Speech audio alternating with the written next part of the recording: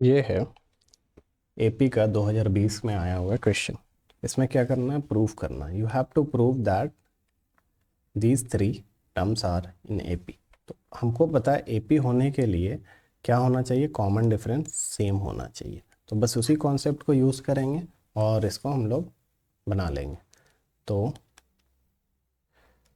For this series to be in AP,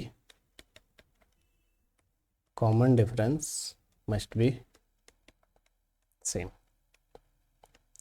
होना चाहिए। तो देखो कॉमन डिफरेंस के लिए अगर ये टर्म वन है, ये टर्म टू है और ये टर्म थ्री है, तो हम common difference T2 minus T1 is equal to T3 minus T2 लिख सकते हैं। अगर कॉमन डिफरेंस सेम हो रहा तो हम इसको सॉल्व कर सकते हैं। ये आना चाहिए मेरा। तो ये D के बराबर है, तो दोनों से हम इसको सॉल्व करना स्टार्ट करते हैं। तो पहले D को इधर से और फिर D को इधर से सॉल्व करेंगे। D is equal to T3 minus T2। तो D इक्वल टू यहाँ से देखो तो T2 मतलब A square plus B square minus में ए माइनस बी का होल स्क्वायर। ठीक है, A square plus B square, यहाँ पे हम अगर खोलेंगे इसको तो A square plus B square minus 2ab आएगा। देन इसको अगेन एक्सपैंड करेंगे, हम खोल देते हैं, minus A square minus B square plus में 2ab। तो यहाँ से ए स्क्वायर गया, बी स्क्वायर गया, तो 2ab। तो d का वैल्यू आ गया 2ab। तो यहाँ से तो d का वैल्यू 2ab आया। अगर यहाँ से भी d का वैल्यू 2ab आ जाता है तो ये तीनों टर्म AP में है। तो यहाँ से d निकालते हैं तो a प्लस बी का होल स्क्वायर माइनस में T2 is what, T2 is A square plus में बी स्क्वायर। अब इसको एक्सपैंड करो तो A square plus B square minus 2ab। ठीक है, ये प्लस में 2ab होएगा माइनस में a square plus B square. Now solve it. A square plus B square plus 2ab minus में ए स्क्वायर माइनस में बी स्क्वायर, ये ख़त्म, तो बच गया 2ab। तो डी, तो hence common difference is same, so these terms are in AP। ठीक है, इसको लिख देना अपने स्टेटमेंट में, common difference is same so these terms are in AP। यही है। ठीक है, 2 मार्क्स का क्वेश्चन, आसान सा क्वेश्चन है। बस आपको ये कॉन्सेप्ट क्लियर होना चाहिए। अगर शो करना है किसी भी टर्म्स को AP में तो मेरा कॉमन डिफरेंस सेम आना चाहिए, तभी वो AP में। अब देखो ये क्वेश्चन क्या है, if four times the four term of an AP is equal to 18 times the 18 term, then find the, हमको यहाँ से निकालना है A22। ठीक, गिवन क्या है condition, 4 times A4 is equal to 18 times A of 18 अगर है तो फाइंड करना है ये फाइंड करने का मतलब क्या, फाइंड करना है A प्लस 21D। मतलब A और D का वैल्यू अगर हमको मिल जाता है तो हम सॉल्व कर लेंगे। क्लियर है? यहाँ से देखो 4 है इंटू A प्लस 3D हो जाएगा, ये 18 है, A प्लस 17D हो जाएगा। 4 times the 4 term of an AP is equal to 18 times the 18 term.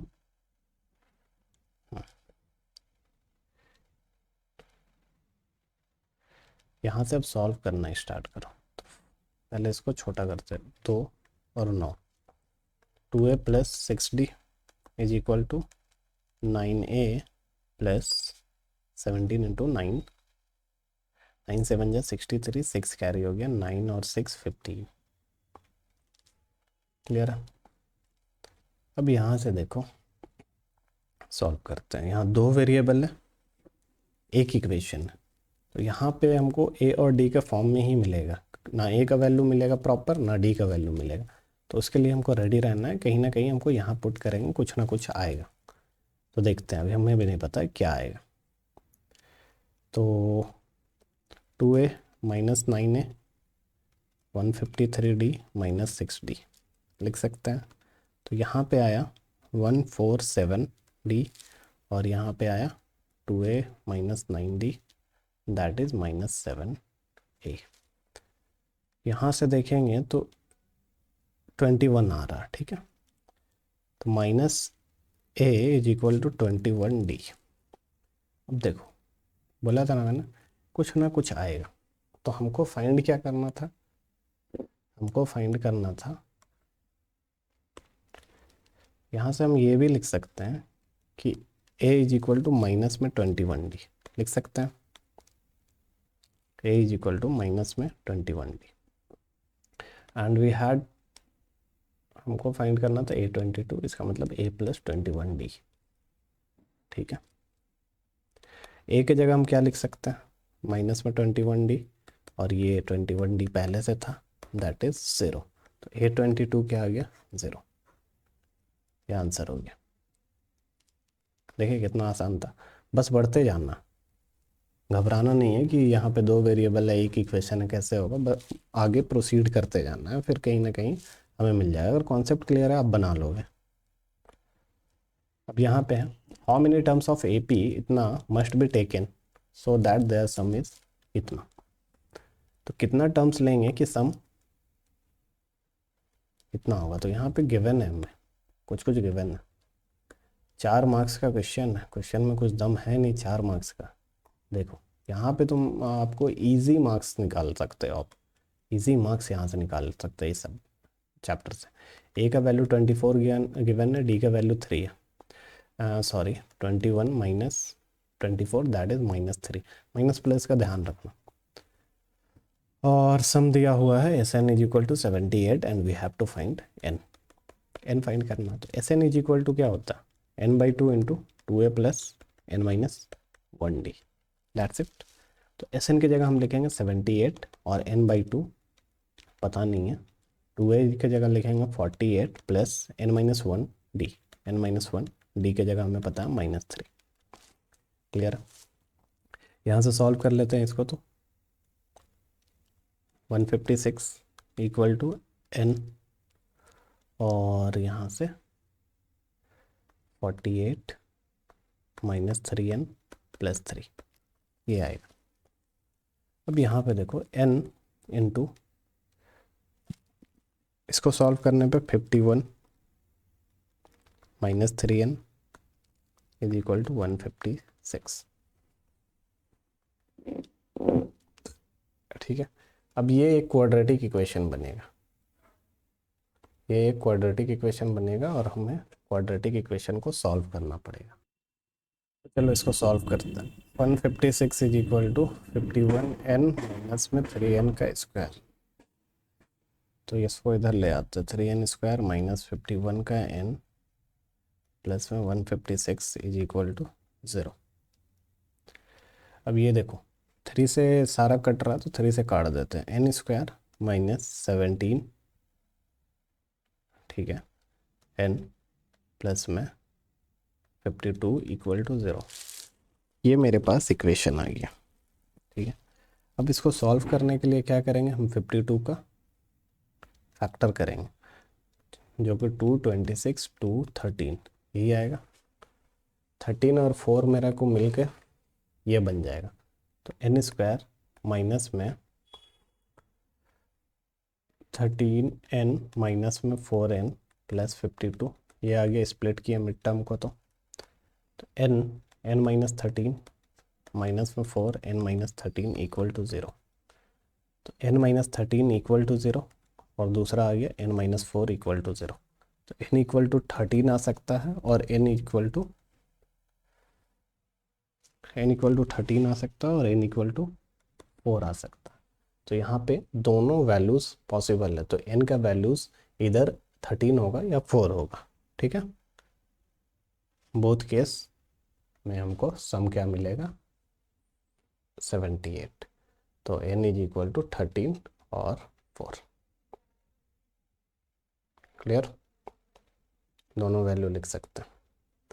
देखो 4 मार्क्स का क्वेश्चन है, आराम से आपको यहाँ पे मिल जाएगा। थोड़ा सा इसमें काम करना था, क्वाड्रेटिक को सॉल्व करना था, बस इतना ही करना था। नेक्स्ट क्वेश्चन में देखो, व्हाट इज दिस। ये क्वेश्चन है sum of 4 consecutive number in AP is 32। ठीक है, the ratio of product of first and last term to the product of middle term, the ratio of product of first and last term मतलब a into l to the product of two middle term, दोनों middle term मतलब T2 into T3। अगर हम लोग ऐसे लेते हैं, 4 term है T1, T2, T3 and T4, तो गिवन है कि हमको रेशियो फाइंड करना है फर्स्ट और फोर्थ टर्म का, मतलब T1 इंटू T4 अपॉन में T2 इंटू T3, इसका रेशियो फाइंड करना, we have to find it. Ratio and product, अच्छा ये गिवन है इक्वल टू 7/15, ये गिवन। क्लियर। अब हमको फाइंड करना है कि नंबर्स क्या क्या, चारों नंबर्स। तो देखो, तो इससे पहले हमने कॉन्सेप्ट वाले क्लास में सीखा था कि अगर टर्म्स लेने हैं तो हम लोग कैसे लेंगे ताकि मेरा कैलकुलेशन थोड़ा सा आसान हो पाए। देखो ये है, 3 टर्म्स होता है तो ए लेना है, A+D A-D। 4 टर्म्स होता है तो A-D A+D A+3D और A-3D। तो 4 टर्म हम लोग ऐसे ही लेते हैं, ठीक है।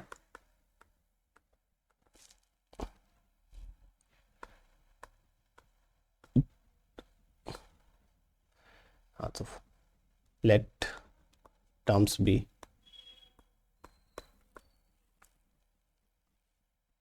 A+D A-D। 2D का डिफरेंस आ गया, फिर यहाँ से 2D का डिफरेंस करेंगे तो A+3D आ जाएगा और इधर का आ जाएगा A-3D। यही हुआ। Now we have to find कि नंबर्स क्या क्या। The sum of 4 consecutive numbers in AP is 32। तो इस चारों का सम दिया हुआ है 32। S4 इज इक्वल टू, इसको तो हम लोग डायरेक्ट कर सकते हैं बिना फॉर्मूले से भी, A-3D प्लस में A-D प्लस में A+D प्लस में A+3D, दैट्स इट। -3D ये कैंसिल हो गया, ये कैंसिल हो गया और ये कैंसिल हो गया। देखो ऐसा टर्म लेने से क्या फ़ायदा हुआ कि D वाला टर्म कैंसिल हो गया, तो यहाँ से 4A का वैल्यू आ गया तुम्हारा 32, तो A का वैल्यू आ गया यहाँ से 8। A का वैल्यू क्या आ गया 8। अब हमें गिवन है क्या, फर्स्ट टर्म थर्ड टर्म, तो यहाँ से हम निकाल सकते हैं, ठीक है। We have to find D। अब देखो D को हम लोग कैसे फाइंड करेंगे। फर्स्ट टर्म है तो फर्स्ट टर्म क्या लिए A-3D, मतलब इसको अगर हम करेंगे तो फर्स्ट टर्म क्या हो गया 8-3D, और ये अब क्या हो गया 8-D 8+D, और ये हो गया 8+3D। तो first term into last term 8-3D multiply 8+3D upon में बीच वाला 8-D into 8+D equal to 7/15 दिया हुआ। A-B A+B का फॉर्मूला है ये, ठीक है, उसमें भी लगा के हम लोग सॉल्व कर सकते हैं इसको। फॉर्मूला क्या है, A+B into A-B equal to A² - B²। A+B A-B A² - B², तो 64 माइनस में 9D² is equal to 64 minus में D² इक्वल टू 7/15, ठीक है। अब क्रॉस मल्टीप्लाई करके इसको हम लोग सॉल्व करना स्टार्ट करते हैं। 15 into 64 minus 9D² is equal to 7 into 64 minus D², ये हो गया। अब इसमें कैलकुलेशन करोगे, जो भी कैलकुलेशन आएगा तो इधर बच जाएगा 128 का D² इज इक्वल टू 512 तो डी का वैल्यू आ रहा है यहाँ से, डी स्क्वायर का वैल्यू आ रहा है 4, तो डी इज इक्वल टू +-2। दो वैल्यू डी का पॉसिबल है, प्लस और -2। ठीक है, तो नंबर्स क्या क्या हो सकते हैं अब यहाँ से देखते हैं। तो नंबर्स हो सकते हैं जब डी को, when D is equal to 2, तब नंबर्स क्या हो सकते हैं, 8-6, 8-2, 8+2, 8+6। तो ये हो गया 2, ये हो गया 6, ये हो गया 10 और ये हो गया 14। तो जब d इज इक्वल टू -2 लेंगे, 8+6, 8+2, 8-2 और 8-6, तो ये क्या होगा, रिवर्स ऑर्डर हो जाएगा, 14, 10, 6 और 2। ठीक है, दोनों सीरीज यहाँ से पॉसिबल है, तो यही तुम्हारा आंसर हो जाएगा। देखो 4 मार्क्स का क्वेश्चन है, 4 मार्क्स में वैसा कुछ है ही नहीं 4 मार्क्स वाला। अब ये क्वेश्चन को देखो, ये क्वेश्चन जो दिया हुआ है,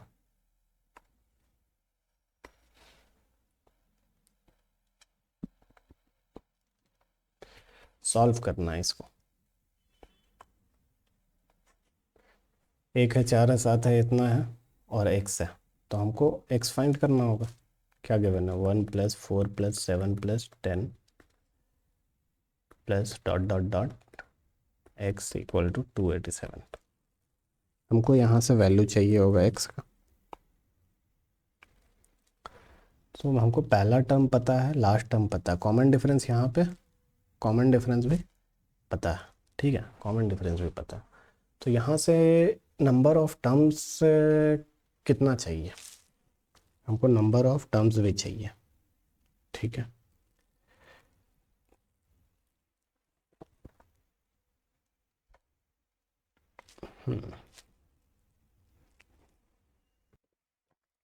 चलो यहाँ से फाइंड करना है। ये हमको ए पता है 1 है, डी पता है 3 है, और क्या पता है, लास्ट टर्म पता है। तो हम लोग लास्ट टर्म मतलब एक्स है लास्ट टर्म का फॉर्मूला क्या होता है, a+n-1 डी। तो हम लोग x इज इक्वल टू ये लिख सकते हैं 1+n, तो पता नहीं है लेकिन d पता है, ये लिख सकते हैं। ये इक्वेशन 1 हो जाएगा हमारा। अगर हमको n पता चल जाता तो x निकल जाता, हमको x निकालना था। अगर हमको n पता रहता तो x निकल जाता, लेकिन n पता नहीं है। तो n नहीं पता है तो हम लोग क्या करेंगे, यहाँ पे सम का फॉर्मूला लगाएंगे। तो s of n is equal to n/2 into 2a, sorry last term तो पता ही है, तो हम लोग ये लगा सकते हैं direct, n/2 a+l। Last term है x और फर्स्ट टर्म है, तो n/2 into 1+x we can write. और इस सारे का सम का वैल्यू दिया हुआ है 287, मल्टीप्लाई कर दो,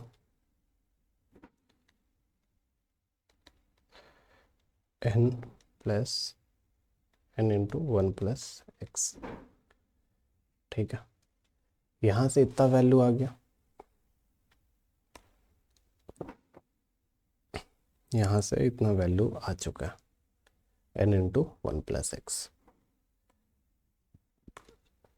तो n into 1+x equal to कितना हो जाएगा, 574।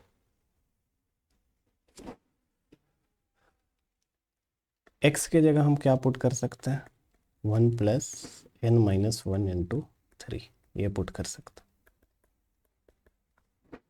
तो यहाँ से n हो गया, ये 2 हो गया, और +3n-3 equal to 574।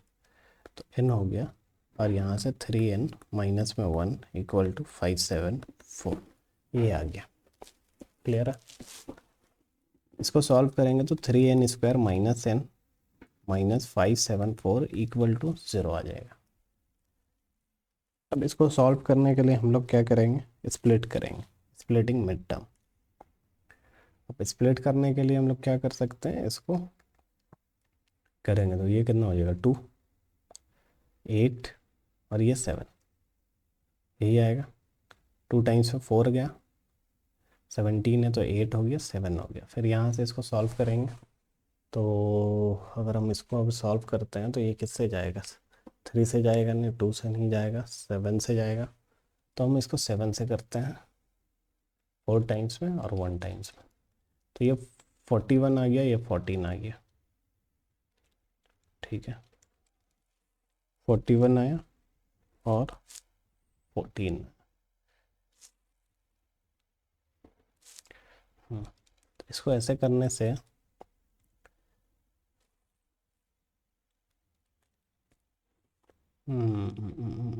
Sorry sorry, देखो स्प्लिटिंग मिड टर्म मतलब यहाँ से 3 × 574 इसका करना है ना हमको। 3 × 5 7, 3 से मल्टीप्लाई कर देंगे तो 574 आ जाएगा।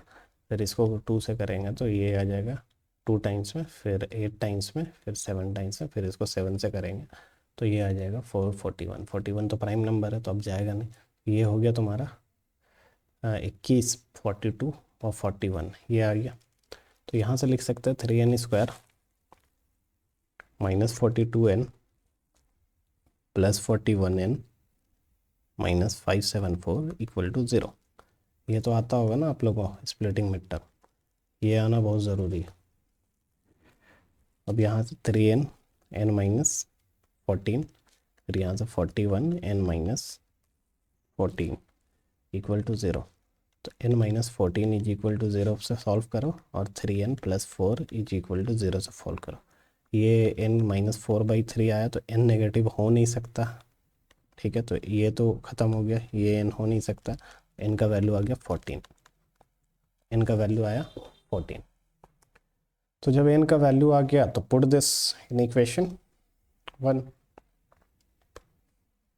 इक्वेशन 1 ये था, तो x का वैल्यू आ जाएगा x = 1 + 14 - 1 × 3।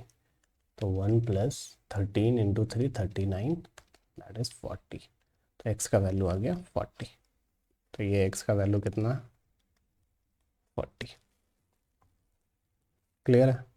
बस ऐसा ही क्वेश्चन है, यही सब है। और कोई अगर अच्छा क्वेश्चन लगता है तो मैं उसको निकाल के वीडियो बना दूँगा। ठीक है।